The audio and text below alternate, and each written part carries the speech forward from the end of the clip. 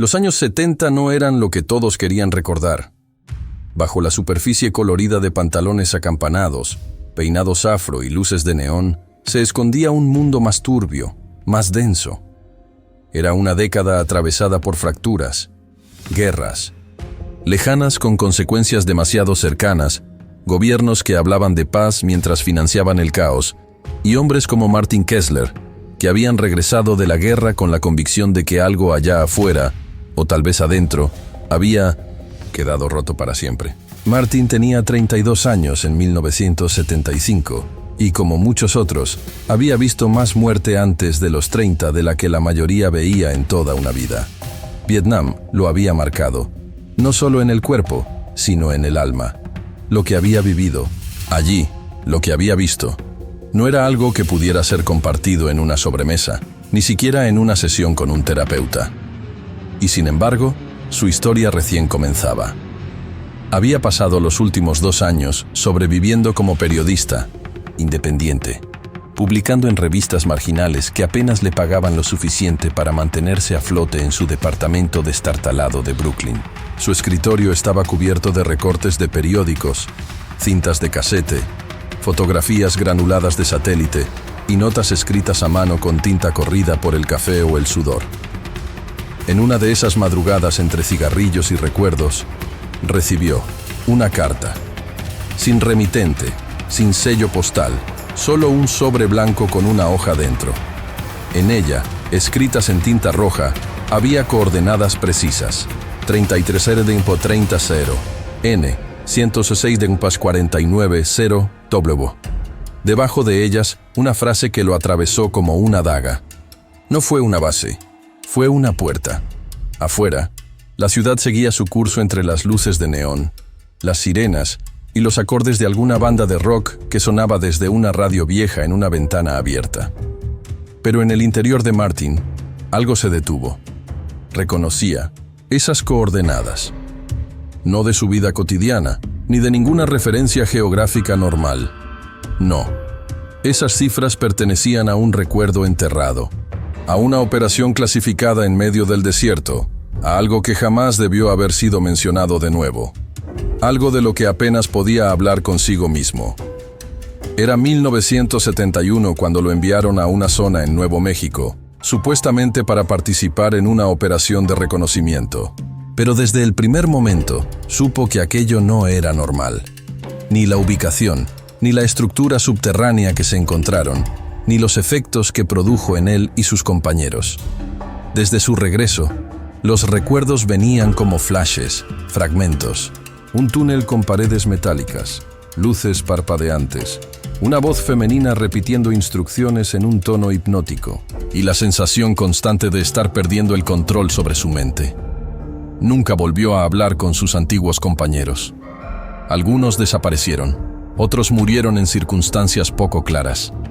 Y los pocos que seguían vivos, como él, habían aprendido a guardar silencio. Pero ahora, con esa carta en sus manos, Martin sintió que el pasado lo reclamaba, que algo había despertado. Encendió un cigarro, se sirvió un café rancio y desempolvó una grabadora de casete. Insertó una cinta marcada con el número 5. En ella, una voz grabada hace años resonaba como un eco maldito. Activación 5 en curso. Mantenga la calma. No mire directamente a la luz. Cerró los ojos por un momento. La escena de aquella noche volvió a él con fuerza. Soldados gritando en la oscuridad, una puerta metálica que se abría hacia abajo como la mandíbula de una bestia, y un frío que no era físico, sino existencial. El mundo seguía girando, pero para Martin, el reloj había vuelto a correr hacia atrás. Supo, sin necesidad de confirmarlo, que estaba a punto de abrir una historia que había sido sepultada no solo por el gobierno, sino por la misma conciencia colectiva de un país que prefería olvidar. La guerra ya había terminado, al menos en los titulares, pero lo que él estaba por descubrir pertenecía a otro conflicto, uno silencioso, más profundo, más aterrador. Mientras las luces de la ciudad titilaban en la noche húmeda de primavera, Martin miró por la ventana con el sobre aún en la mano. Allí, entre el murmullo del tráfico y el zumbido de la electricidad, escuchó otra vez esa voz interna que no lo dejaba en paz. Busca la verdad, aunque destruya todo lo que te queda. Y él sabía que lo haría. El sobre seguía allí, sobre la mesa, como si su presencia distorsionara el aire alrededor. Martin Kessler lo miraba con una mezcla de inquietud y fatalismo. Había pasado casi una hora desde que lo encontró en la ranura de la puerta, sin timbre, sin testigos. Dentro, la nota simple, escrita con una tinta que parecía oxidada por los años, contenía coordenadas precisas y una advertencia que no era una advertencia, sino una sentencia. No fue una base, fue una puerta. A pesar del tiempo, algo en su cuerpo, más que su mente, reaccionó de inmediato. Un estremecimiento, una presión en el pecho, como si una parte de sí mismo hubiera reconocido algo antes que su conciencia pudiera procesarlo. Encendió otro cigarro. El cuarto de la noche.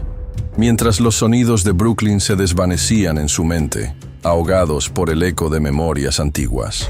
Cerró los ojos, y el zumbido de la ciudad fue reemplazado por el zumbido de los helicópteros, por el crujido de la selva, por el aroma denso del sudor, la pólvora y la muerte. Vietnam volvía a él como una pesadilla vieja que no se resignaba a morir. Pero esta vez, los recuerdos no lo llevaron a las trincheras ni a las aldeas arrasadas. Lo llevaron a una noche en 1971, a una misión en tierra estadounidense, a un silencio mucho más peligroso que cualquier bombardeo. Era enero de 1971, cuando él y un escuadrón reducido de soldados fueron movilizados sin explicación hacia el desierto de Nuevo México. Sin insignias visibles, sin papeles, sin órdenes que pudieran ser rastreadas. Solo coordenadas y un nombre en clave: Operación Sombras Secas. Aterrizaron de noche, y la base que encontraron no era una base en absoluto. Desde el aire, parecía un complejo subterráneo enterrado bajo capas de vino y zinc, tierra, arena y secretos. No había torres, ni barracones, ni bandera, solo una entrada en espiral de metal pulido, como un ojo ciclópeo incrustado en la piel del mundo.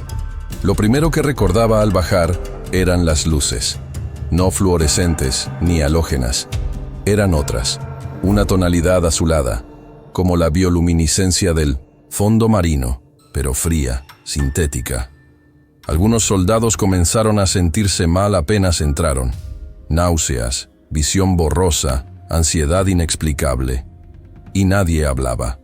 Los oficiales de seguridad que los guiaban no respondían preguntas, solo avanzaban, bajaban, descendían escalones que no parecían tener fin.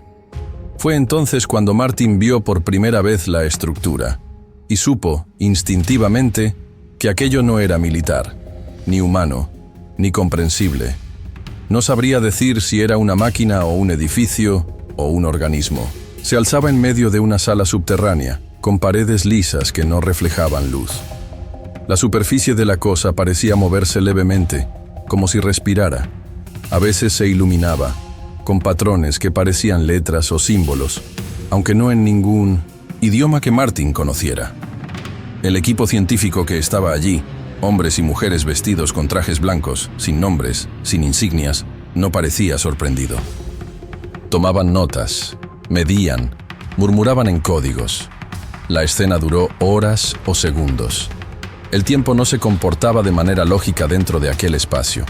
Recordaba haber sido separado de su escuadrón, haber sido conducido a una sala donde se proyectaban imágenes sobre una pantalla sin proyector.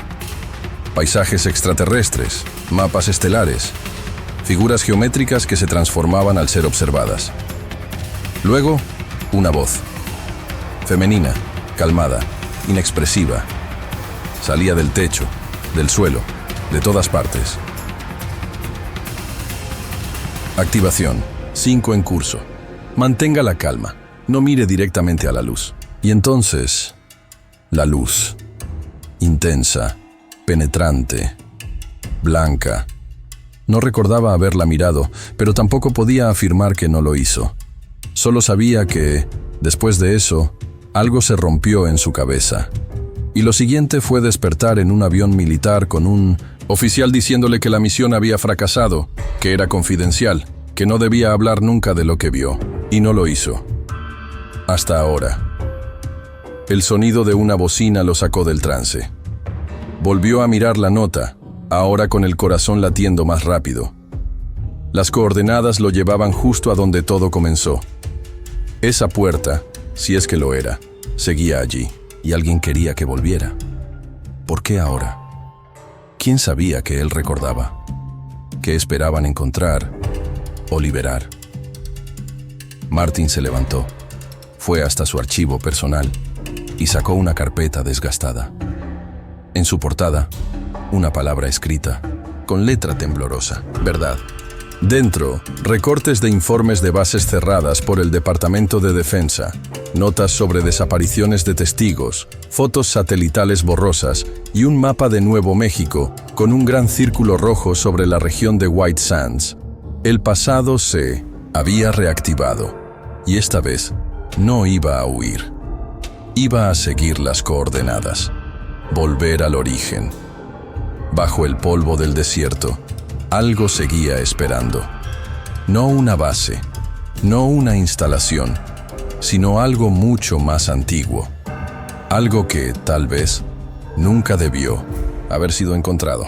El desierto de Nevada es un lugar donde el tiempo parece arrastrarse.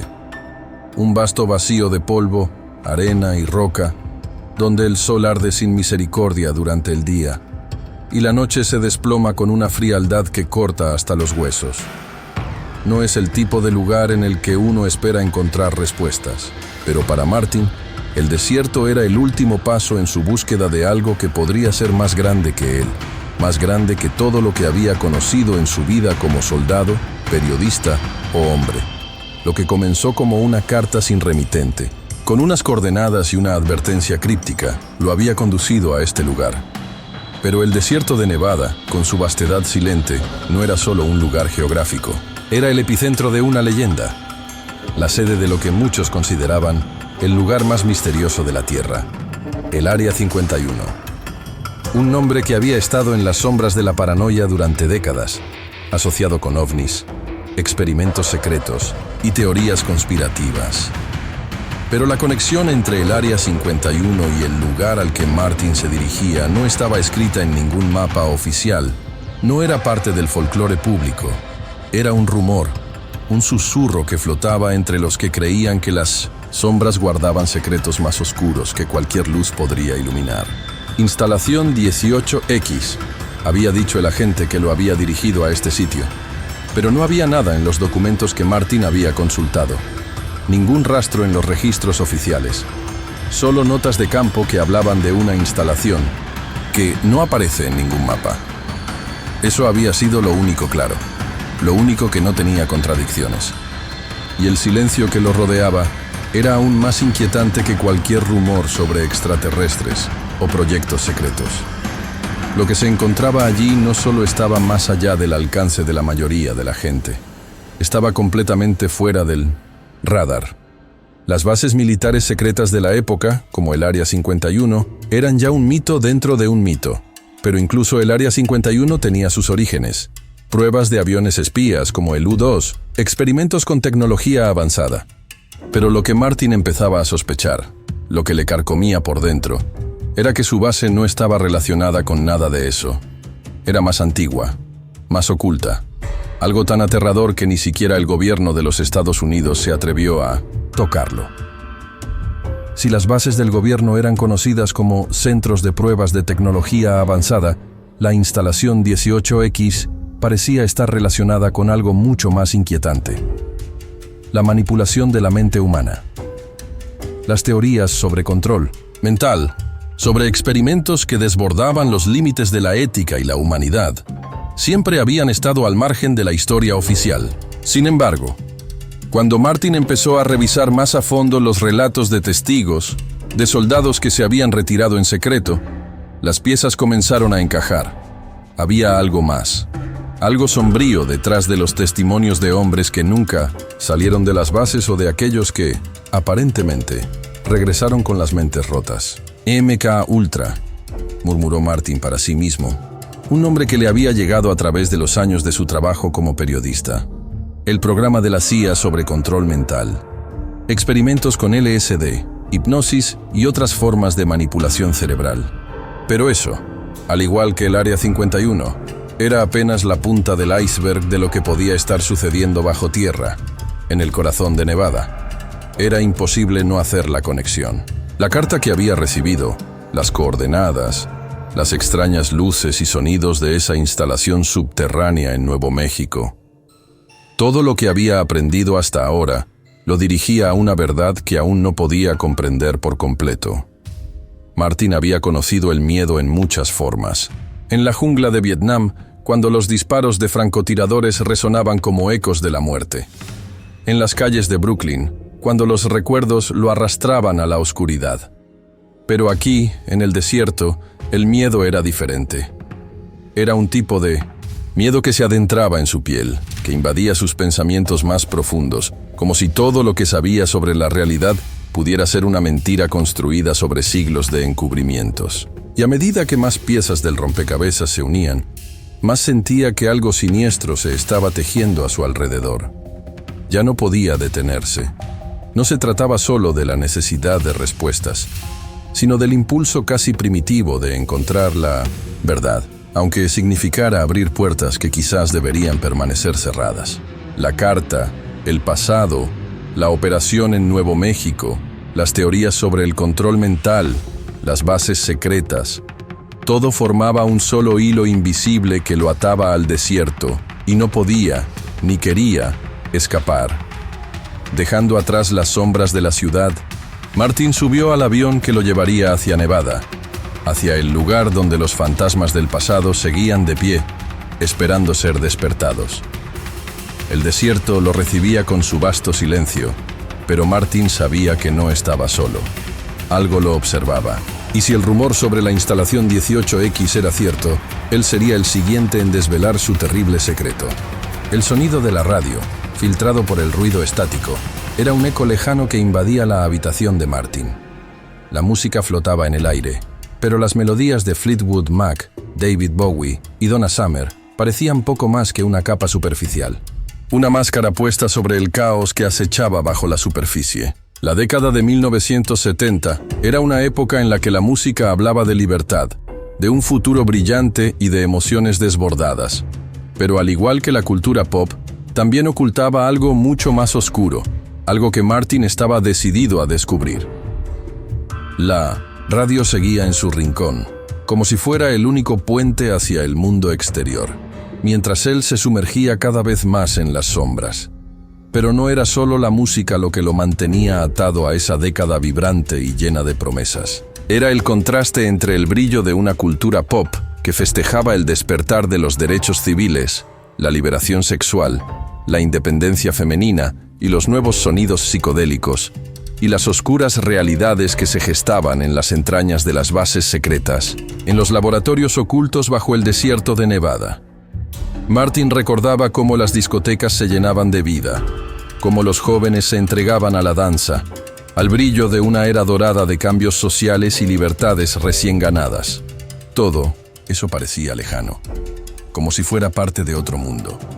Un mundo superficial que no entendía los horrores que él había presenciado, ni los horrores que seguían acechando. El rock, el funk, el soul, todo aquello hacía olvidar, por un rato, el precio que se estaba pagando en la oscuridad.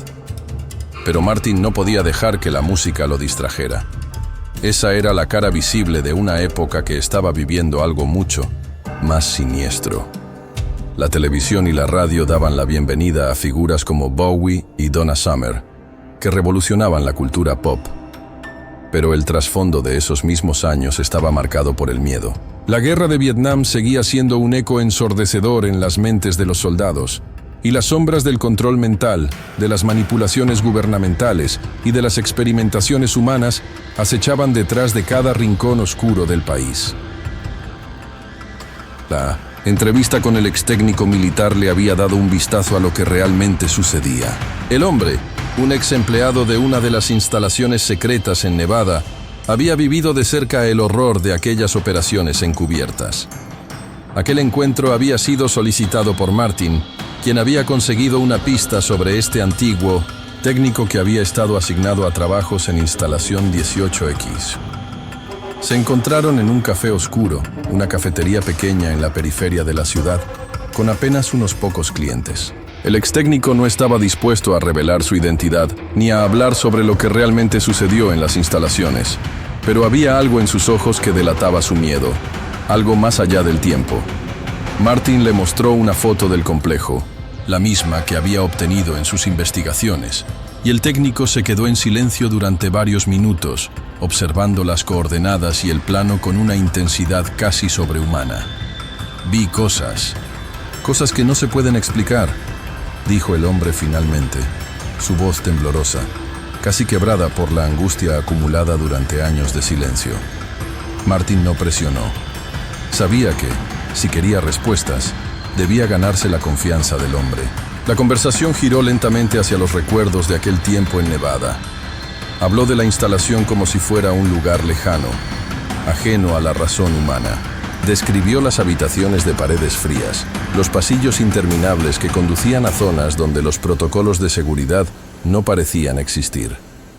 La gente desaparecía, de una sala a otra, de un laboratorio a otro, decía el ex técnico, como si aún viera aquellas sombras moverse en la penumbra. Todo eso, todo lo que hacían, era como si las personas no importaran. La mente humana era solo un campo de pruebas. Martin escuchó en silencio, asimilando cada palabra. La investigación lo había llevado hasta allí, pero no estaba preparado para las imágenes que emergían de la boca del hombre. El control mental, la manipulación, las modificaciones en los recuerdos de las personas. Ese era el terreno de las investigaciones secretas que se estaban llevando a cabo en esas instalaciones. Nada que ver con la imagen pública de la ciencia avanzada o el desarrollo militar. Se trataba de algo mucho más oscuro, mucho más inhumano. El técnico continuó describiendo cómo las pruebas se realizaban sin el consentimiento de los involucrados. Se les daba LSD, se les sometía a hipnosis, se les metía en máquinas de estimulación mental. Algunos salían completamente rotos. Otros simplemente desaparecían, como si nunca hubieran existido. Las palabras flotaban en el aire, pesadas y aterradoras, como si la propia atmósfera del café estuviera impregnada de un aire enrarecido. La música de la radio, ahora con el tema Young Americans de Bowie, se mezclaba con las palabras del hombre, creando una extraña yuxtaposición entre la alegría artificial de la cultura pop y la amarga verdad que se estaba revelando en aquella mesa. La verdad no era lo que la gente quería oír. La gente quería escuchar sobre discos de vinilo, sobre la guerra ganada, sobre los derechos civiles ganados. Pero no hablaban sobre lo que estaba pasando bajo sus pies. Las bases no solo estaban experimentando con aviones y armas, estaban jugando con las mentes de la gente. Martin se quedó en silencio. El cigarro en sus manos comenzaba a consumirse. Todo lo que creía saber estaba desmoronándose ante él.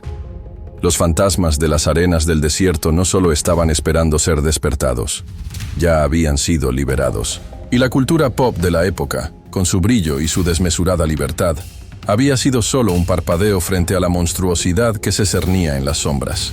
El sol ya comenzaba a ponerse sobre la ciudad, tiñendo el cielo de un naranja profundo que contrastaba con la oscuridad que comenzaba a asentarse en la mente de Martin. Se encontraba en su oficina, rodeado por las montañas de papeles y documentos que había recolectado a lo largo de los últimos meses. Había algo que lo inquietaba, algo que no terminaba de encajar en la imagen de la operación encubierta que estaba desvelando. Las piezas estaban dispersas por todo el escritorio, pero seguía sin ver el cuadro completo. Entonces, entre los papeles que había recibido en su última visita a la fuente del ex técnico militar, encontró algo que le heló la sangre. Un documento, sin sello, sin fecha oficial, pero claramente filtrado de algún rincón oscuro del Pentágono. Al principio, no parecía más que un informe rutinario. lleno de jerga militar que Martin había aprendido a descifrar con el tiempo. Pero lo que captó su atención fue el título en la parte superior del primer documento: Proyecto Mosaic. No era un nombre que hubiera escuchado antes, pero algo en él resonaba profundamente, como si fuera el último eco de una verdad que había estado esperando ser revelada. El Proyecto Mosaic, según el documento, era una operación altamente clasificada, un esfuerzo conjunto entre la CIA y el Departamento de Defensa de los Estados Unidos, con el objetivo de desarrollar tecnologías avanzadas para el control de la mente humana. Sin embargo, lo que realmente atraía la atención de Martin era una frase que aparecía en los márgenes del documento, escrita en tinta roja: manipulación psicológica de soldados bajo condiciones extremas. En los años previos a la guerra de Vietnam, el ejército de los Estados Unidos había estado en constante búsqueda de métodos para mejorar el rendimiento de los soldados. Las investigaciones sobre control mental y manipulación psicológica eran una extensión de esa necesidad de crear supersoldados. Lo que Martin no sabía era que estos experimentos se estaban llevando a cabo en instalaciones secretas como la que había estado investigando, lugares donde los soldados no solo eran entrenados físicamente, sino también mentalmente. Al leer más, la conexión comenzó a tomar forma. El Proyecto Mosaic no solo se limitaba a pruebas sobre el control de la mente, sino que también involucraba la ingeniería avanzada de dispositivos capaces de alterar la percepción de la realidad. Imágenes visuales, sonidos distorsionados, incluso estímulos táctiles. Todo eso era parte del programa, y todo se estaba desarrollando en el desierto de Nevada, en esas instalaciones fuera del alcance del público. Las fechas de los documentos coincidían con los eventos que Martin había estado investigando: la operación en Nuevo México, las primeras pruebas que involucraban sustancias químicas como el LSD, y los experimentos de control mental que habían estado ocurriendo sin que el público tuviera la más mínima idea. Las pruebas de ingeniería avanzada en 1972, por ejemplo, no solo incluían armas experimentales, sino dispositivos diseñados para alterar el estado mental de las personas, inducirles estados de paranoia y sumergirles en realidades alternativas. Cada página que leía parecía confirmar lo que había temido desde el principio. El Proyecto Mosaic no solo se había enfocado en la creación de tecnologías bélicas, sino en la manipulación de la mente humana como una herramienta de control. Los soldados eran sujetos de experimentación, forzados a atravesar barreras psicológicas y a ser sometidos a condiciones extremas que desbordaban los límites de la ética. Muchos de ellos, según los documentos, fueron considerados desaparecidos o inutilizados, como si simplemente dejaran de ser útiles después de las pruebas. El primer giro en la historia llegó cuando, al revisar más a fondo, encontró una mención crucial a un experimento realizado en 1972, cuando se registraron informes de soldados que mostraban una alteración completa de su psique. Muchos de los afectados por el Proyecto Mosaic habían experimentado lo que algunos describieron como pérdida de identidad. A lo largo de los años, los sobrevivientes comenzaron a informar sobre lagunas en su memoria, incapacidad para recordar eventos importantes y, en algunos casos, comportamientos extraños que parecían fuera de su control. Pero había algo aún más desconcertante: la implicación de que el Proyecto Mosaic no solo buscaba manipular la mente de los soldados en un contexto bélico. Los informes hablaban también de pruebas sobre la humanidad misma, experimentos que involucraban alteraciones en el pensamiento y la memoria con fines de control social y político. La conclusión era clara, y lo que el documento revelaba aterraba a Martin. La manipulación de la mente no solo era para ganar batallas, sino para doblegar la voluntad de las personas, de la sociedad misma. Las repercusiones de esta revelación eran abrumadoras. Martin sintió que la magnitud de lo que había encontrado lo estaba tragando entero. Había estado buscando respuestas, sí, pero no sabía si estaba preparado para la verdad. La humanidad misma estaba siendo utilizada como conejillo de indias, y la Operación Mosaic parecía ser el vértice de una oscura red de manipulación que se extendía mucho más allá de los experimentos bélicos. El sol se ponía, y la última Luz del día se desvanecía, dejando a Martin solo con sus pensamientos y con los documentos que ahora poseía. Sabía que estaba en algo mucho más grande de lo que jamás había imaginado. El proyecto Mosaic no solo había sido un experimento secreto, había sido el ensayo de algo mucho más vasto y peligroso. El uso de la mente humana como un arma. Era un giro en la historia, uno que cambiaba todo. Y aunque no podía predecir hasta dónde llegarían las ramificaciones, sabía que lo que había descubierto estaba más allá de las fronteras de cualquier guerra o conflicto. Estaba jugando con el alma misma de las personas. Las calles de la ciudad parecían más vacías que nunca. Martin caminaba con paso firme, pero su mente no podía dejar de dar vueltas al descubrimiento del proyecto Mosaic. Aquel nombre ya no era solo un conjunto de palabras en un papel. Ahora se había convertido en una pesadilla. Un eco que lo perseguía a cada paso. Una sensación de estar acercándose a algo tan profundo y oscuro que ya no había vuelta atrás. Había decidido que lo siguiente era buscar a los sobrevivientes de su escuadrón, aquellos hombres que, al igual que él, habían sido parte de las misiones en las que la sombra del proyecto Mosaic había estado presente. El objetivo era claro: encontrar respuestas, escuchar directamente de aquellos que habían estado allí. Pero la tarea no era sencilla. La mayoría de sus compañeros de escuadrón habían desaparecido sin dejar rastro. Muchos, según los informes, fueron enviados de nuevo a la guerra, sus mentes rotas por lo que habían vivido, solo para ser descartados como piezas inútiles. Sin embargo, había uno que aún vivía: Ramírez. Un hombre al que Martin conoció durante su tiempo en el escuadrón, alguien con quien compartió más de un momento de terror en el campo de batalla. No obstante, lo que más destacaba de Ramírez era su carácter tranquilo y su habilidad para mantener la calma en situaciones extremas. Sin embargo, cuando Martin lo localizó, lo encontró casi irreconocible. Ramírez vivía ahora en un pequeño apartamento en una zona periférica de la ciudad, apartado de todo, sumido en su propio mundo. Su mirada era vacía, perdida en un espacio que solo él entendía. Su piel estaba pálida, los ojos opacos y la mente completamente fragmentada. La esquizofrenia había consumido a Ramírez de manera irreversible. Al principio, no quería hablar con Martin, como si se sintiera amenazado por su presencia. Pero cuando Martin mencionó el proyecto Mosaic, la chispa de reconocimiento apareció en sus ojos. Fue como si el nombre hubiera tocado una fibra sensible, una herida no cerrada. Finalmente, después de un largo momento de silencio, Ramírez comenzó a hablar. Había una máquina, dijo en voz baja, apenas un susurro. Sus palabras eran lentas, arrastradas, como si hablar le costara esfuerzo. Nos decían que era para comunicaciones, pero nos hablaba cuando dormíamos. Martin se inclinó hacia él, intentando captar cada palabra, cada fragmento de esa información tan fragmentada. Ramírez continuó, su voz vacilante, mientras sus ojos parecían perderse en el pasado. Nos decían que nos ayudaría a estar más alertas, que nos conectaría con los demás. Pero yo escuchaba cosas que no podía entender. Voces que hablaban en mi cabeza.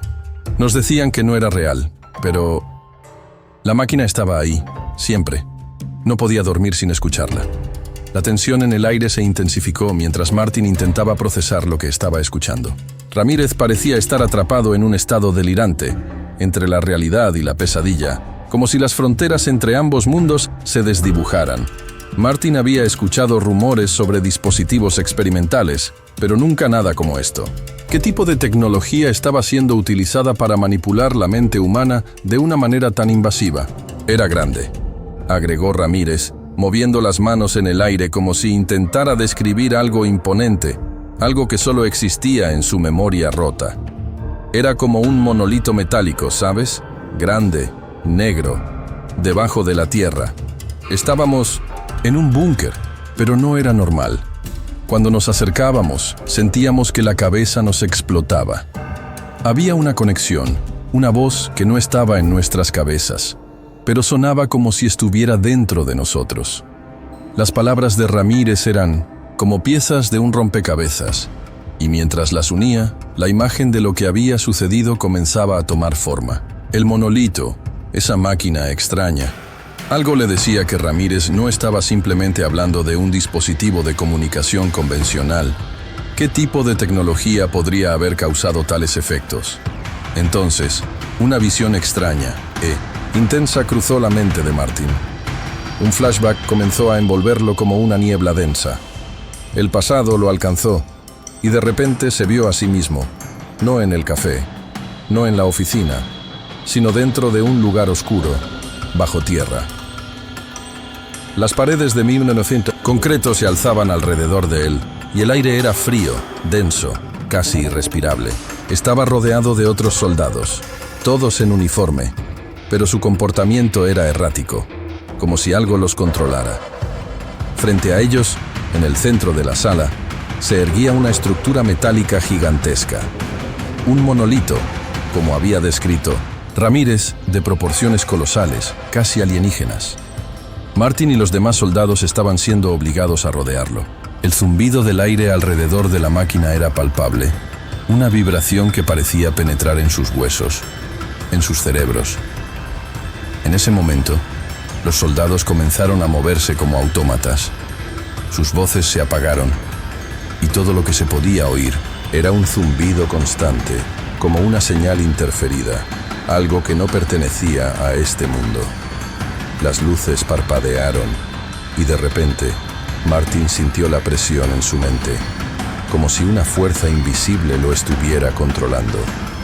Recordó la sensación de no poder pensar, de estar perdido en el espacio de la conciencia, incapaz de escapar. La máquina estaba dentro de sus cabezas. El flashback terminó tan abruptamente como comenzó, dejándolo a Martin con el aliento entrecortado. ¿Qué era esa máquina? ¿Qué clase de control mental se estaba llevando a cabo bajo la superficie?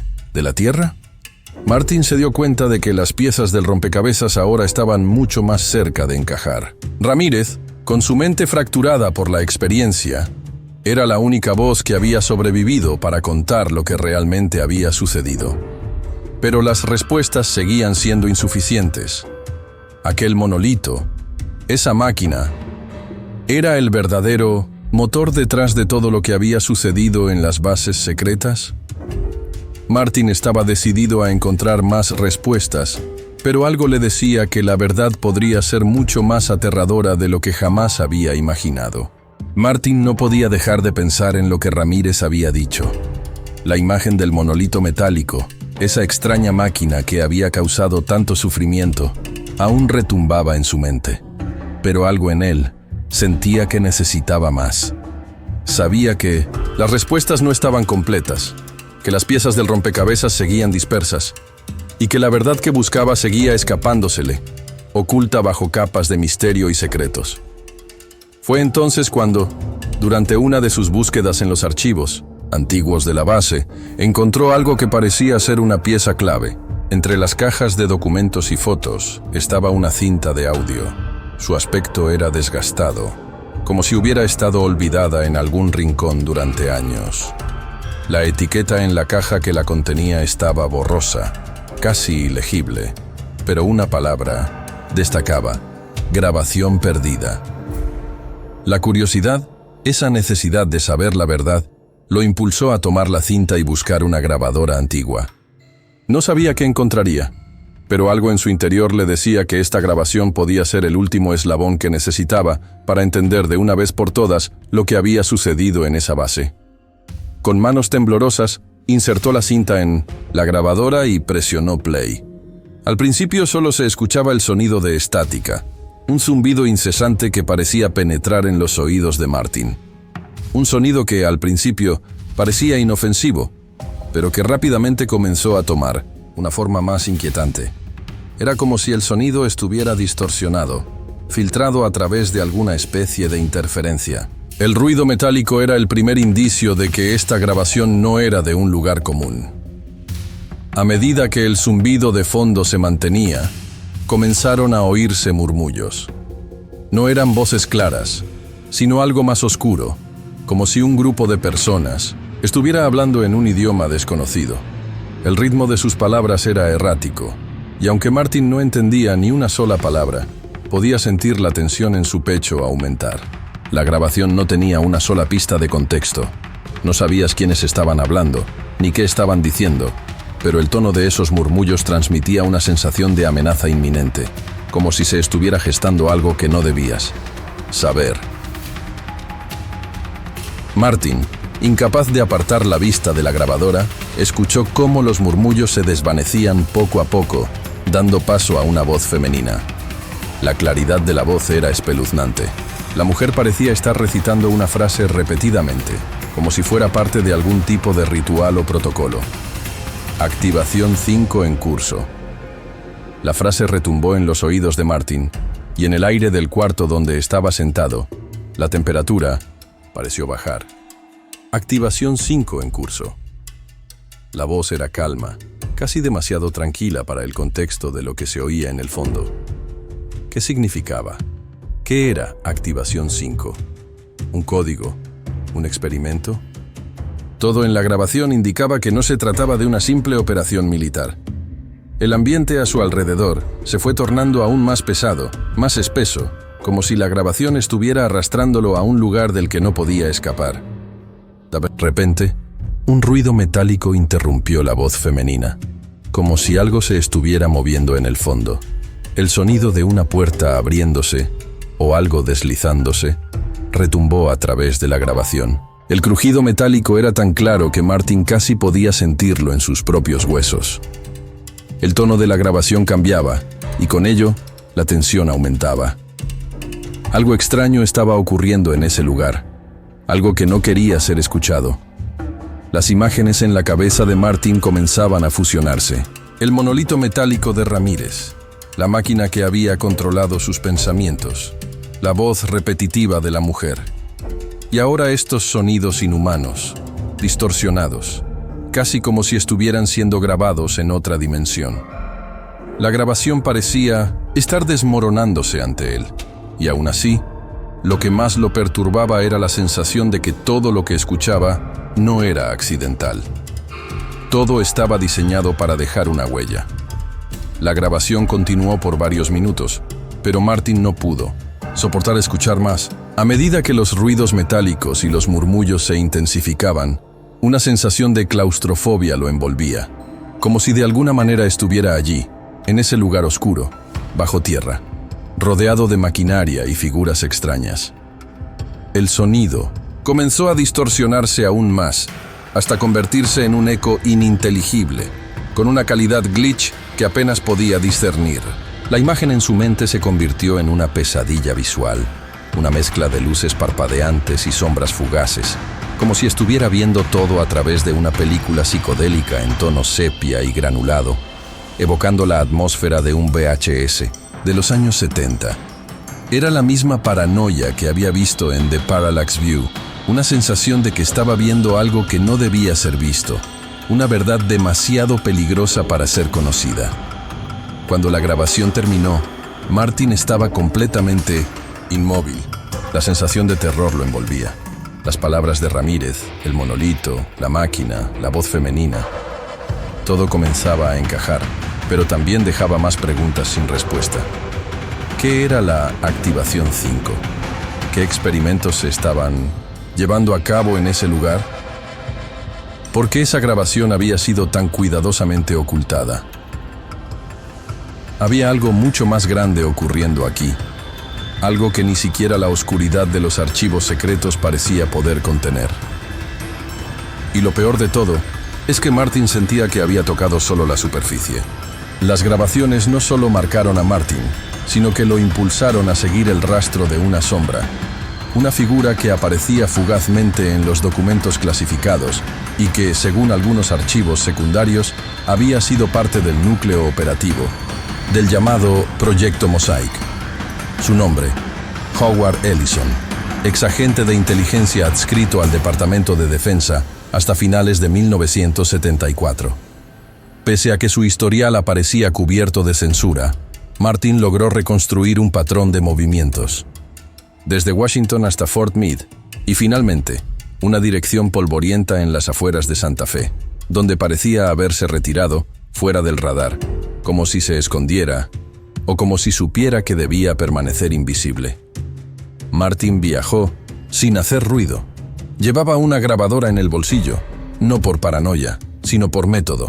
Aprendió que los recuerdos se distorsionan, pero las cintas, por más crípticas que fueran, siempre conservaban una forma de verdad. La casa de Ellison era pequeña, modesta, como si la grandeza del pasado hubiera sido sustituida por el deseo, desesperado de desaparecer. Un buzón oxidado, las cortinas cerradas y el leve olor a humedad del desierto acumulado en las paredes daban la sensación de que el tiempo allí no avanzaba, simplemente se detenía. Howard Ellison era un hombre mayor, frágil pero lúcido, con ojos que habían visto demasiado y labios que apenas se movían al hablar. Al principio, fue reacio, pero cuando Martin mencionó la frase Activación 5, su rostro cambió. «No», preguntó cómo lo sabía. No intentó negarlo. Solo se quedó en silencio unos segundos, como si calculara cuánto estaba dispuesto a perder por hablar. «Nunca fue una base», dijo mirando al suelo. «Fue un experimento. Uno que se salió completamente de control». Martin no lo interrumpió. Solo grababa, dejando que las piezas fueran cayendo solas. No hay registros, ni presupuestos, ni planos, ni personal oficialmente asignado. El proyecto Mosaic no existía. Era un jardín secreto plantado en la sombra del Pentágono. Lo que hicimos ahí era más que tecnología, era conciencia. Martin frunció el ceño. No era la primera vez que oía esa palabra. Conciencia. ¿Qué significaba eso exactamente? ¿Conciencia colectiva?, preguntó. Ellison asintió con un movimiento casi imperceptible. Se suponía que íbamos a experimentar con transmisión. Mental, resonancia cognitiva. Pero no se trataba solo de comunicar. Se trataba de sincronizar, de colapsar barreras, crear una mente compartida, una red, como colmenas, solo que humanas, controladas. Martin sintió una punzada de frío recorrerle la columna. ¿Y qué salió mal? Ellison lo miró directamente por primera vez. Lo que sale mal cuando juegas a ser Dios. Descubrimos algo.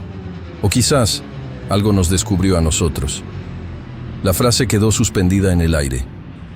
Era lo suficientemente ambigua para sonar mística, pero con un tono tan serio que le heló la sangre a Martin. Ellison no parecía un fanático, ni un paranoico.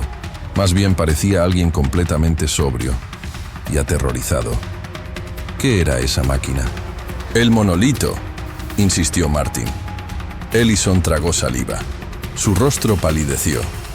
Nunca supimos con certeza. Era una interfaz, una puerta. Pero no sabíamos si abríamos o si algo nos observaba desde el otro lado. Antes de que pudiera seguir hablando, se detuvo. Se llevó la mano al pecho, pero no dijo nada más. Martin quiso presionar, pero Ellison se levantó. Había terminado. No más palabras. Solo un gesto. Se acercó a una estantería. Sacó un sobre amarillo sellado y lo puso en las manos de Martin. Luego, sin decir nada, le pidió que se fuera. Martin no insistió. Se marchó en silencio, sabiendo que acababa de presenciar algo más grande que una confesión. Algo que no cabía en una grabación ni en un expediente clasificado. Esa noche, durmió poco. Repasó el contenido del sobre: mapas, coordenadas y una foto. Una figura humana, de pie, frente a un objeto metálico que parecía emanar luz desde el suelo. La imagen estaba marcada con tinta negra: Mosaic D5. A la mañana siguiente, Martin encendió la radio mientras preparaba café. Entre las noticias locales, una le heló la sangre. Un hombre había muerto en un accidente de tráfico a solo unas millas de Santa Fe. El nombre no fue mencionado en el reporte, pero la dirección coincidía. Howard Ellison estaba muerto. Su coche había chocado contra un poste, a plena luz del día, sin señales de freno, sin testigos, sin explicación. Martin entendió que había cruzado una línea. Ya no se trataba de investigar. Ahora se trataba de sobrevivir. Cada paso lo acercaba más al núcleo de una verdad que muchos habían querido enterrar bajo toneladas de arena, burocracia y silencio. Pero él ya no podía detenerse. Había escuchado la voz. Había visto el miedo en los ojos de Ellison. Y lo más importante, ahora tenía en sus manos la próxima coordenada. El descubrimiento de la muerte de Ellison no fue un punto final, sino una grieta que se abrió en la memoria de Martin, liberando imágenes que hasta entonces habían estado dormidas, enterradas bajo años de represión emocional y entrenamiento militar. En su búsqueda de respuestas, Martin comenzó a encontrar patrones inquietantes en los documentos que Ellison le dejó. Menciones repetidas al uso de compuestos químicos, siglas como LSD-25, y nombres codificados que hacían referencia directa a experimentos de manipulación mental. La conexión con el infame proyecto MK Ultra fue inmediata. En los márgenes de los reportes, escritas a mano con tinta deslavada, frases como estímulo inducido, estado delta prolongado y respuesta grupal controlada reforzaban lo que Martin empezaba a sospechar. Se adentró en los archivos históricos de los años 60 y 70, donde la Agencia Central de Inteligencia había llevado a cabo un programa de experimentación con drogas psicodélicas para explorar los límites del control mental. El LSD, en particular, había sido administrado sin consentimiento a soldados, presos y ciudadanos comunes, bajo la justificación de crear soldados más resistentes, más obedientes o incluso más psíquicamente conectados entre sí. En una entrevista con un exsoldado, ahora confinado en un hospital psiquiátrico en Tucson, Martin escuchó por primera vez el término psicoguía colectiva.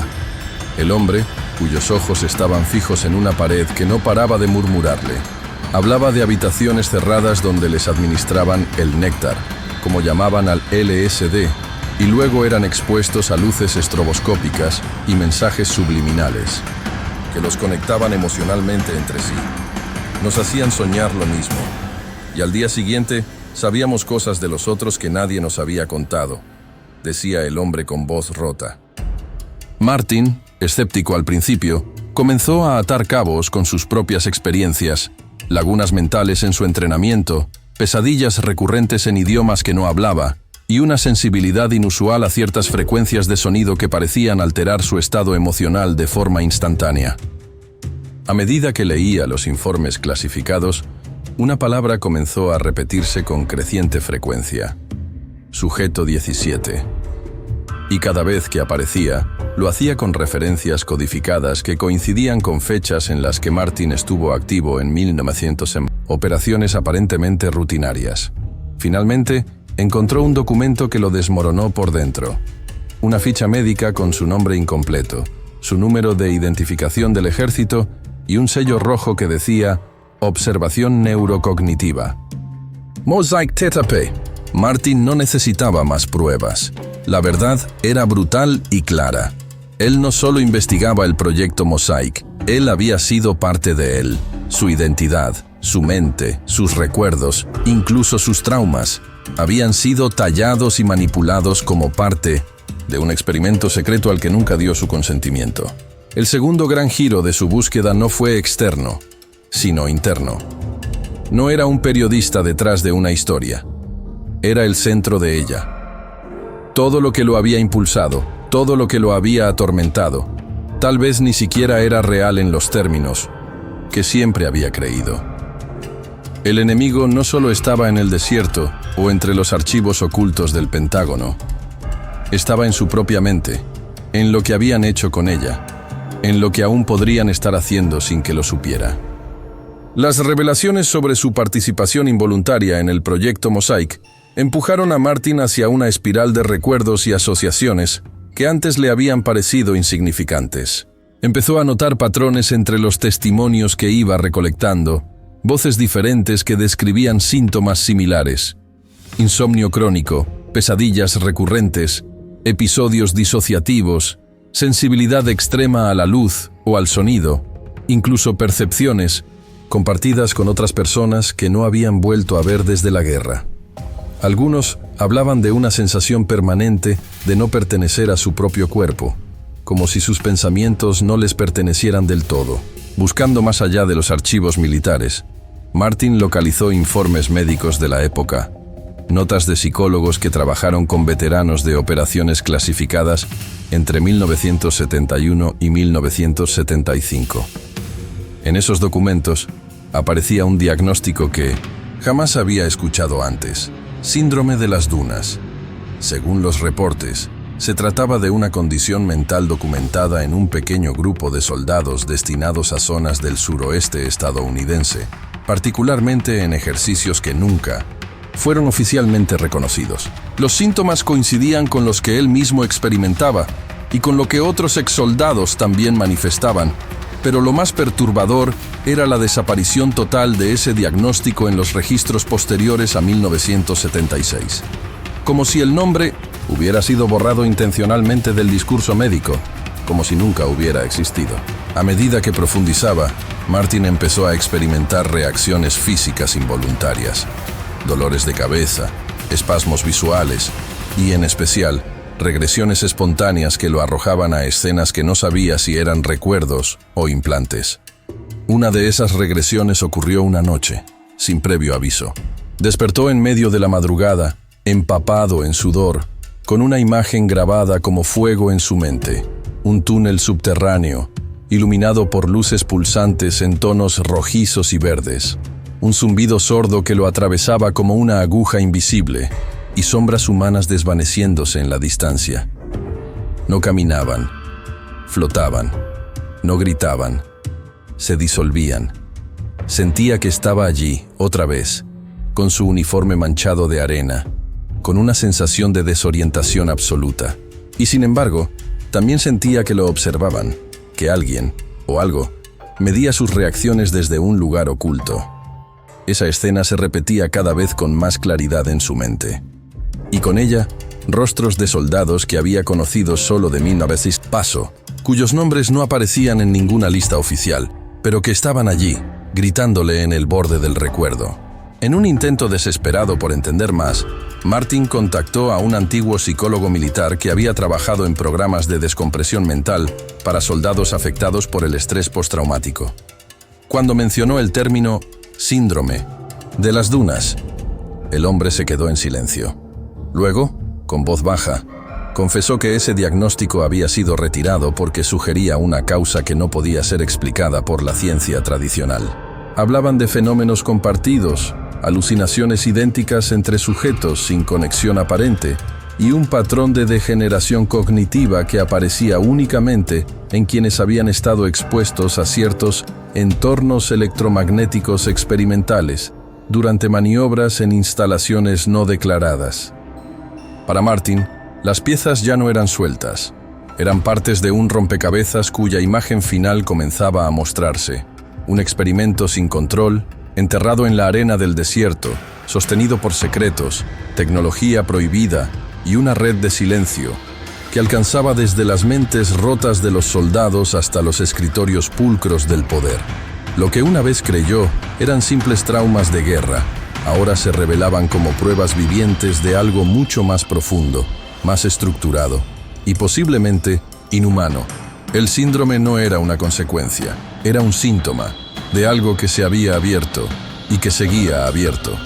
El mensaje llegó sin previo aviso, una nota deslizada por debajo de la puerta de su habitación de hotel en DC, escrita a mano, con una caligrafía cuidada y firme. Nos conocimos sin conocernos. Venga solo. E.S. Martin, que ya no confiaba, ni en su sombra, sintió un impulso contradictorio de huir y de ir. La dirección lo llevó a una antigua librería cerrada al público, en una calle lateral no muy lejos del Capitolio. La puerta estaba entreabierta. Adentro, el olor a papel envejecido y madera reseca era abrumador, como si los libros conservaran secretos que preferían no contar. Y allí estaba ella, Elena Strauss, delgada, cabello oscuro recogido con precisión matemática, mirada cargada, de una serenidad tensa, como alguien que ha vivido años con una verdad que nadie ha querido oír. Usted no me conoce, pero mi padre fue uno de los ingenieros del proyecto Mosaic. Él construyó parte de lo que ustedes usaron, o lo que los usó a ustedes, dijo sin rodeos. Martin sintió que el aire se hacía más denso a su alrededor. Elena sostenía una carpeta gris, manchada de humedad y atada con una cinta negra, el llamado Archivo 17. Mi padre guardó esto fuera de los canales oficiales. Me lo entregó antes de desaparecer en 1977. Me dijo que lo que se había construido no era humano, o al menos no completamente, explicó. Martin abrió la carpeta con manos temblorosas. Dentro, encontró diagramas de estructuras subterráneas que no coincidían con ninguna arquitectura convencional. Túneles curvos sin ángulos, habitaciones sin puertas visibles, y en el centro, una forma ovoide rodeada de símbolos geométricos que parecía más una escultura que una máquina. Había transcripciones de entrevistas con soldados, incluyendo testimonios que hablaban de voces sin fuente, sensaciones de desdoblamiento del tiempo y episodios de amnesia inducida. Pero lo que lo descompuso fue una fotografía. En ella aparecía él, claramente más joven, enfundado en un uniforme que reconocía como suyo, de pie frente a una estructura metálica con forma de espiral luminosa. Su rostro mostraba una expresión vacía, ausente, como si no estuviera del todo allí. No recordaba jamás haber estado en ese lugar, ni ese día, ni con esa máquina. Y sin embargo, allí estaba su imagen, congelada en un momento imposible. Esto fue tomado en el nivel 4, zona interior, dentro de la instalación al sur de Alamogordo, explicó Elena. El dispositivo fue llamado internamente el umbral. Mi padre decía que lo activaron 5 veces. La última, algo salió mal. La revelación era como una ola negra que se alzaba sobre Martin, arrastrando su identidad, su memoria, su percepción de la realidad. Ya no se trataba de una simple manipulación militar o de experimentos con drogas. Había una dimensión distinta, más profunda, más simbólica y a la vez física, que tocaba lo imposible. El dispositivo no solo alteraba la mente, alteraba algo más. Algo que no debía ser tocado. Elena, con los ojos fijos en él, pareció adivinar sus pensamientos. Usted estuvo en la activación 5. Por eso no recuerda. Por eso lo buscaron. Usted no volvió igual. Ninguno volvió igual, salvo que usted volvió demasiado. El silencio entre ellos se volvió insoportable. Martin sintió que su mente intentaba protegerlo, como una defensa primitiva, cerrándose a comprender por completo lo que estaba viendo. Pero era tarde. El archivo 17 ya estaba abierto, y con él la puerta hacia una parte de su historia que no sabía que existía, o que alguien se había encargado de borrar con precisión quirúrgica. Con el archivo 17 en sus manos, Martin viajó a una antigua subestación eléctrica abandonada a las afueras de Albuquerque, un sitio mencionado en una de las notas codificadas del padre de Elena. El lugar, devorado por el óxido y la maleza, parecía muerto por fuera, pero al adentrarse entre los corredores de concreto agrietado, una sensación de presión en el aire le erizó la piel, como si la estructura misma aún almacenara ecos de algo prohibido. Allí encontró lo impensable, una cámara escondida detrás de paneles metálicos, con marcas idénticas a las que había visto en el espejo del capítulo anterior. En las paredes, grafitis en idiomas que no conocía, y una serie de cables que no llevaban energía, sino que parecían conectar con algo más profundo, enterrado. En el suelo, un generador portátil aún activo, con una luz roja parpadeando lentamente. Al activarlo, una serie de luces azules revelaron un mapa del suroeste, del país con puntos brillantes, bases, instalaciones y uno marcado en rojo vivo. De pronto, el generador emitió un zumbido, y una voz automatizada resonó. Nodo de transferencia comprometido. Desvío de conciencia en curso. Mosaic no puede reiniciarse. Martin retrocedió, impactado. ¿Transferencia? ¿Conciencia? ¿Qué tipo de red habían construido bajo tierra en los años 70? ¿Qué clase de tecnología dormía bajo la superficie de un país que jamás admitió su existencia? En ese instante, escuchó pasos. No ecos, pasos reales. Se escondió tras una columna, conteniendo el aliento. Dos figuras pasaron, vestidas de civil, pero con radios militares. Mencionaron algo sobre reajuste de protocolo y limpieza del rastro de Strauss. No vio sus rostros, no podía, pero supo que ya no estaba investigando algo muerto. Mosaic no era solo un recuerdo, seguía activo, evolucionando en las sombras, y ahora lo sabían a él. Salió por una salida trasera, jadeando, mientras el eco de la voz del generador aún lo perseguía mentalmente. Por primera vez desde que empezó, Martin comprendió el verdadero alcance del proyecto. Y lo peor, era que tal vez ya había sido parte de su arquitectura desde el principio. El encuentro fue pactado en un viejo invernadero abandonado en las afueras de Baltimore, cubierto por capas de polvo, hojas muertas y el tiempo detenido. Martin llegó sin saber exactamente a quién iba a ver, solo con una dirección escrita, en una servilleta y una advertencia. Él no habla con cualquiera. El hombre que lo esperaba tenía la piel arrugada como papel quemado, los ojos hundidos y una voz que parecía romperse con cada palabra. Se llamaba Klaus Freiber, antiguo físico teórico alemán, exiliado desde mediados de los años 60, vinculado a proyectos energéticos del Departamento de Defensa, según archivos a los que Martin apenas había tenido acceso. Pero eso era solo la superficie. Lo que Klaus confesó era algo que Martin no estaba preparado para oír. El artefacto, la máquina en el desierto, no era nuestra. No la construimos, la encontramos. Fue desenterrada en Irak, en los restos de una ciudad sumergida bajo capas de sal y arena, más antigua que cualquier civilización conocida. Fue llevada en secreto a Estados Unidos en 1968. Se pensaba que podía ser una fuente de energía, o quizás un dispositivo de comunicación, pero no, era algo más antiguo, algo que, al activarse, abría puertas. Klaus hablaba con lentitud, como si cada sílaba le arrancara parte del alma. Martin sintió que la realidad se comprimía a su alrededor. Las piezas que había reunido, los túneles, los testimonios, la máquina espiral, ahora adquirían un nuevo matiz. No eran creación humana, eran ingeniería de lo desconocido.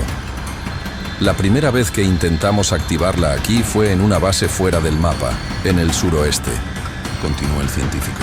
Lo hicimos con protocolos de contención, pero aún así, se abrió algo. No lo entendimos. La luz no tenía sombra, el aire vibraba, y durante 18 segundos exactos escuchamos voces. No desde el aparato, desde dentro de nosotros, como si nuestras propias mentes fueran invadidas, sintonizadas, reescritas. Algunos no volvieron a hablar, otros se convirtieron en algo distinto. Martin sintió que cada palabra de Klaus lo alejaba más del suelo firme, que su pasado se desmoronaba y que su presente era una ilusión cuidadosamente mantenida por la amnesia inducida. Usted estuvo allí, señor Martin Bell. Usted cruzó. Fue parte de la activación 5. Fue uno de los pocos que regresaron con recuerdos borrados, sí, pero con huellas. Lo están siguiendo no porque tema recordar, sino porque podría volver a abrirla. Martin ya no estaba seguro de estar despierto, ni siquiera de estar cuerdo. Las voces en sus sueños, las imágenes fugaces, las distorsiones del tiempo, y si no eran síntomas de trauma, sino interferencias de algo que aún lo conectaba con aquella tecnología. Klaus, con mirada perdida, le dijo antes de marcharse: lo peor no fue abrirla. Lo peor fue descubrir que del otro lado, algo nos esperaba. Y así, Martin, envuelto en el eco de aquellas palabras, empezó a entender que su búsqueda ya no era por respuestas, sino por supervivencia. Porque alguien, había cruzado con él. Y tal vez no había vuelto solo. La carpeta que Elena dejó atrás, escondida en una caja de latón bajo el suelo de su apartamento, Era todo lo que quedaba de ella cuando Martin volvió a buscarla. El lugar estaba vacío, sin señales de forcejeo ni desorden, pero con una inquietante sensación de ausencia deliberada, como si alguien hubiese borrado su presencia con cuidado quirúrgico. Dentro de la caja, Martin encontró lo que parecía una colección imposible. Fotografías de paisajes con formaciones geológicas que ningún atlas registraba, instantáneas de ciudades cuyo trazado urbano no coincidía con ningún lugar en 1907, el planeta, y mapas tachonados con anotaciones en múltiples idiomas, algunos de ellos irreconocibles, con líneas de energía, rutas truncadas y zonas marcadas como no persistentes. Lo que más lo perturbó fueron las imágenes que mostraban versiones ligeramente distorsionadas de sitios que él conocía bien. Una gasolinera en Arizona con una señal que nunca estuvo allí. Una calle de Nueva York con edificios que no existían en ese año. Y una base militar en Nevada cuya disposición arquitectónica parecía curvarse sobre sí misma, desafiando toda lógica. Entre los documentos, Elena había escrito a mano una frase en rojo. Si Mosaic no fue activado una sola vez, ¿cuántas realidades fueron tocadas? Pero había más. Un recorte de periódico de 1973 hablaba de un evento sísmico sin epicentro, detectado por sensores geológicos militares cerca de una zona desértica sellada al público. La magnitud fue catalogada como 6.7, pero ningún temblor se sintió en las áreas cercanas. El artículo fue retirado de circulación días después, y los científicos involucrados fueron transferidos o retirados. Elena había trazado una línea directa entre ese fenómeno y la última activación del proyecto Mosaic. Aparentemente, durante aquella prueba se generó una falla de fase, un deslizamiento entre dimensiones, lo que los documentos llamaban evento intersectorial de convergencia. La máquina no solo había manipulado mentes, había alterado coordenadas de espacio y tiempo, superponiendo realidades de forma imperfecta. Algunas personas habían desaparecido, otras, al parecer, habían vuelto, distintas. Martín, leyendo entre los márgenes, empezó a notar algo aún más aterrador. Sus propios recuerdos no coincidían del todo con los archivos históricos. Ciertos nombres, lugares, incluso canciones populares, parecían desplazarse ligeramente en su memoria como si provinieran de otro lugar similar, pero no idéntico. Y si no era él el que estaba equivocado, sino el mundo a su alrededor. El temor creció con una frase final en uno de los documentos de Elena, escrita casi como una súplica. Si no puedes confiar en la memoria, confía en las cicatrices. Ellas vienen de donde estuviste, no de donde estás. Aferrado a esa idea, Martin comprendió que su lucha ya no era solo por entender el proyecto Mosaic, sino por aferrarse a una línea de realidad que comenzaba a deshilacharse frente a sus ojos. Era casi medianoche cuando Martin, solo en una habitación de hotel en las afueras de Reno, insertó la última cinta en un reproductor que parecía tan antiguo como los secretos que guardaba. El dispositivo chisporroteó, vibró con un zumbido bajo, como si se resistiera a despertar algo dormido durante décadas. La cinta, marcada únicamente con el número 5 y una fecha, diciembre 1975, emitió primero un sonido blanco, profundo, como si el viento soplara dentro de un túnel sin fin. Luego vinieron los pulsos rítmicos, casi musicales, distorsionados por el tiempo. Una especie de sinfonía disonante que recordaba a los pasajes más sombríos de Pink Floyd, mezclados con sonidos de máquinas, golpes metálicos y algo parecido a suspiros. Entonces la voz emergió, suave, envolvente, como un eco que no se escucha con los oídos, sino desde dentro del cráneo.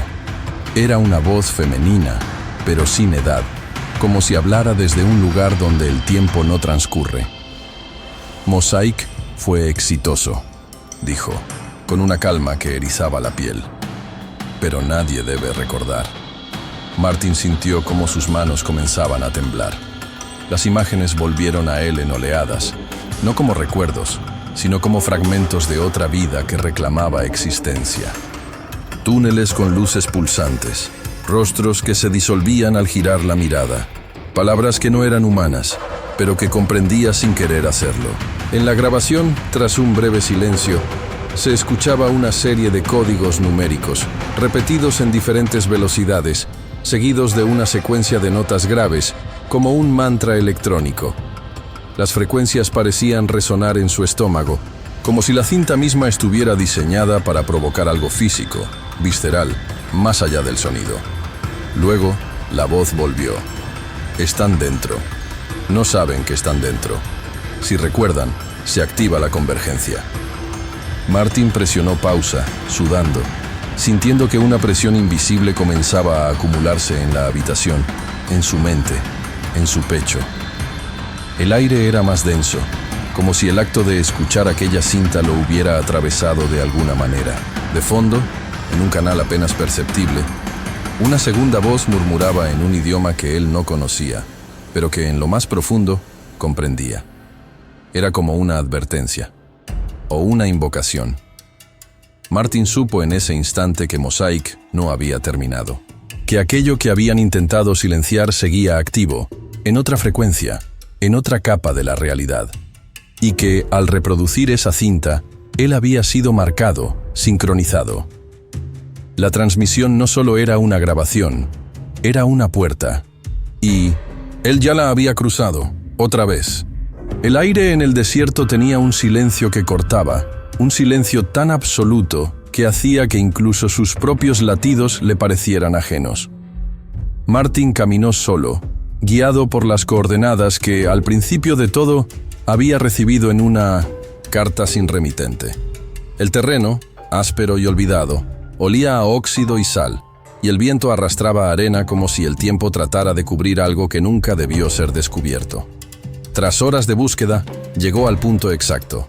Una extensión, de tierra aparentemente común, pero marcada por un patrón en la superficie, casi imperceptible, como cicatrices de concreto bajo la piel del mundo. Rasgó la tierra con las manos hasta sangrar, y allí estaban. Estructuras metálicas emergiendo del suelo como huesos fosilizados, formando un perímetro circular. Símbolos tallados, antiguos, imposibles, ni militares ni humanos.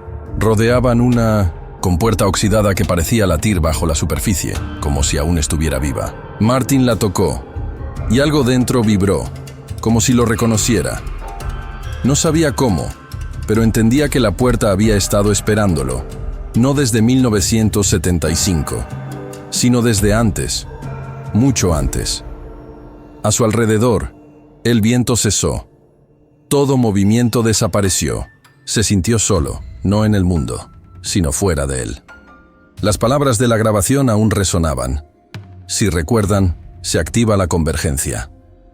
¿Y si abrir esa compuerta no era solo revelar un secreto militar, sino desencadenar una ruptura en la realidad misma? Su mente era un campo de batalla entre la razón y algo más profundo, una intuición que rozaba lo profético.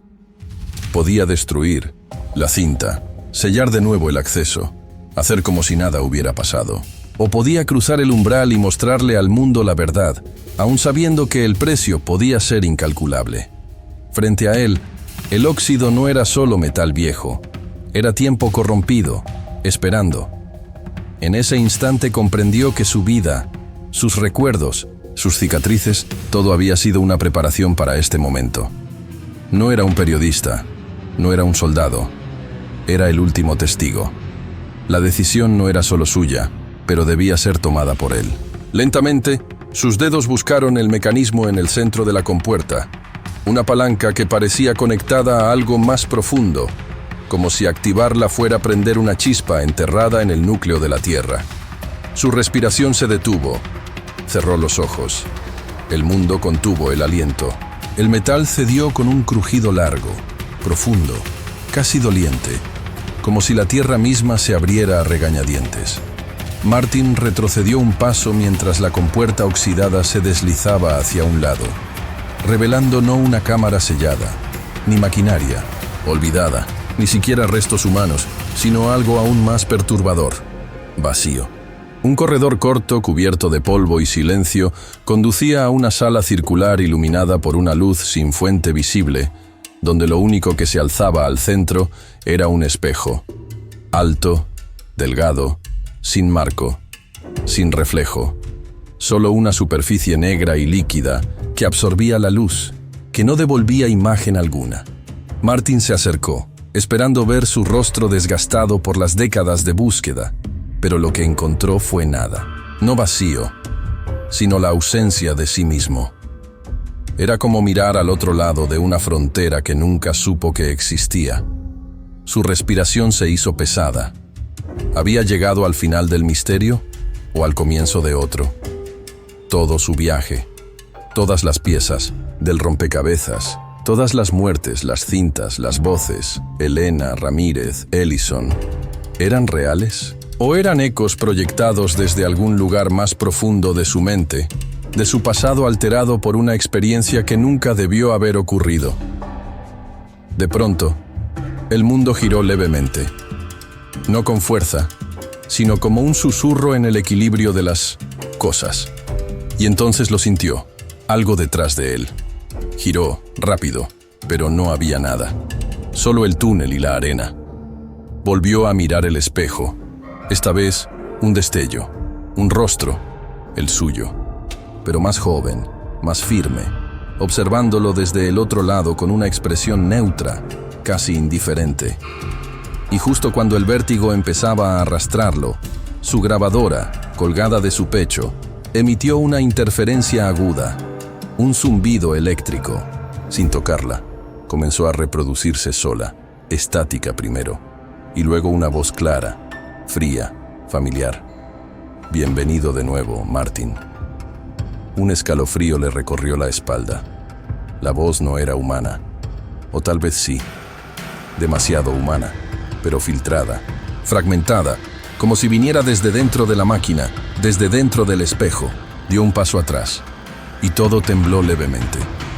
El eco de su propio aliento rebotaba en las paredes como si el tiempo hubiera colapsado. Había abierto la compuerta. No encontró respuestas, sino un abismo. Y aún así, sabía que no podía cerrarla, porque ahora que había visto lo que había más allá del olvido, lo que parecía una revelación era apenas la grieta de una verdad más grande, una que no podía comprender, pero que ya lo había reclamado. Hay décadas que se recuerdan por su música, por sus revoluciones, por sus amores incendiarios o por sus guerras lejanas. Y luego están los años que se entierran, los años que, como cicatrices mal cerradas, permanecen bajo la piel de la historia, apenas visibles, pero palpitantes. Los años 70 fueron una era así, una época que lo tuvo todo: libertad y vigilancia, amor y desconfianza, euforia y pérdida. Y entre todo eso, hubo historias que nunca llegaron a contarse. El narrador, con una voz serena pero cargada de eco, nos lleva a través de imágenes de archivo, protestas en blanco y negro, laboratorios escondidos tras puertas blindadas, soldados caminando entre dunas interminables, ojos que miran a través de visores oscuros. Y luego, Martin, su silueta solitaria sobre una carretera infinita, el sol bajando en el horizonte y la grabadora colgando aún de su pecho, como una cicatriz tecnológica. Camina sin rumbo, o tal vez con un rumbo demasiado claro para el resto del mundo. Se detiene, un instante, mira atrás, nada, solo desierto. Pero mientras retoma el paso, la cámara se aleja lentamente desde lo alto, revelando algo imposible. En la arena, proyectada por la luz crepuscular, una sombra alargada y ajena que no pertenece a Martin ni a nada que deba estar ahí. No se mueve, solo observa. Y cuando la imagen comienza a desvanecerse en un fundido oscuro, suena la primera nota de Time de Pink Floyd. La batería irrumpe como una explosión contenida mientras la voz de Gilmour canta sobre la vida que se escapa, sobre los días que corren en círculos hasta perderse. La letra flota sobre la imagen final, el desierto, vasto, eterno, indiferente. Y ese punto oscuro, esa presencia que sugiere que lo que empezó en el pasado aún respira en el presente, quizás en otra dimensión, quizás en la memoria colectiva, quizás simplemente esperando, porque hay puertas que, una vez abiertas, no vuelven a cerrarse. Y en el silencio que sigue, en esa última nota sostenida en el aire, queda una certeza inquietante. Algunas verdades no se olvidan, solo aprenden a esconderse mejor.